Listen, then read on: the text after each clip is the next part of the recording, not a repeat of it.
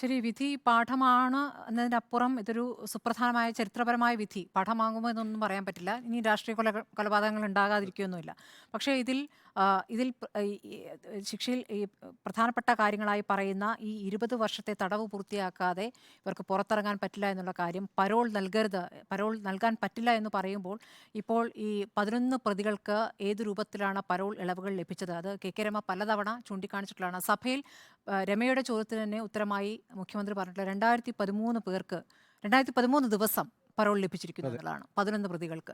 അപ്പോൾ ഇതുവരെ കേൾക്കാത്ത രീതിയിലാണ് അവർക്ക് ഇളവുകൾ ലഭിച്ചിട്ടുള്ളത്. മാത്രമല്ല, ജയിലിൽ അവരുടെ ജീവിതം എങ്ങനെയായിരുന്നു എന്നുള്ള കാര്യം പുറത്തു വന്നിട്ടുള്ളതാണ്. അതിനുശേഷം പരോളിൽ ഇറങ്ങിയ ശേഷം ഇവർ ഏതൊക്കെ കേസുകളിൽ, സ്വർണ്ണക്കടത്ത് അടക്കമുള്ള കേസുകളിൽ പ്രതിയായിട്ടുണ്ട്. 2 കൊട്ടേഷൻ പ്രതികൾ ആ രൂപത്തിൽ. മാത്രമല്ല, ഇവരുടെ വിവാഹ ചടങ്ങിലൊക്കെ CPM നേതാക്കൾ പങ്കെടുക്കുന്നത്.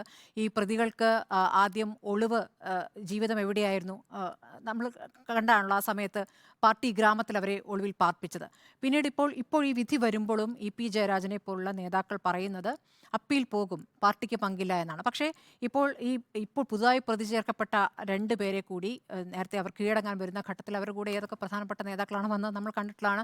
കേസ് വാദിക്കാൻ സുപ്രധാനമായ പ്രധാനപ്പെട്ട വക്കീൽമാരെ കൊടുക്കുന്നത് ഈ കൊട്ടേഷൻ പ്രതികൾക്ക് കൂടി കൊടുക്കുന്നത് പാർട്ടിയാണ്.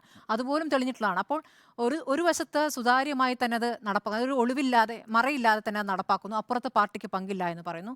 ഇത് കഴിഞ്ഞ വിചാരണ കോടതി വിധി വന്നതും ഒരു ലോക്സഭാ തെരഞ്ഞെടുപ്പ് കാലത്താണ്, 2019 ആ സമയത്താണ്.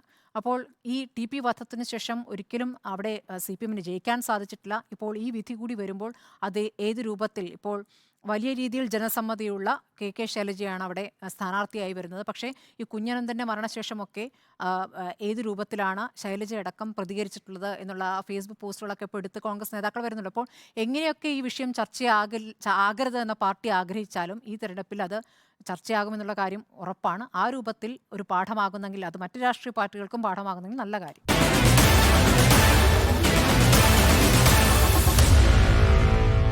Meet the editors.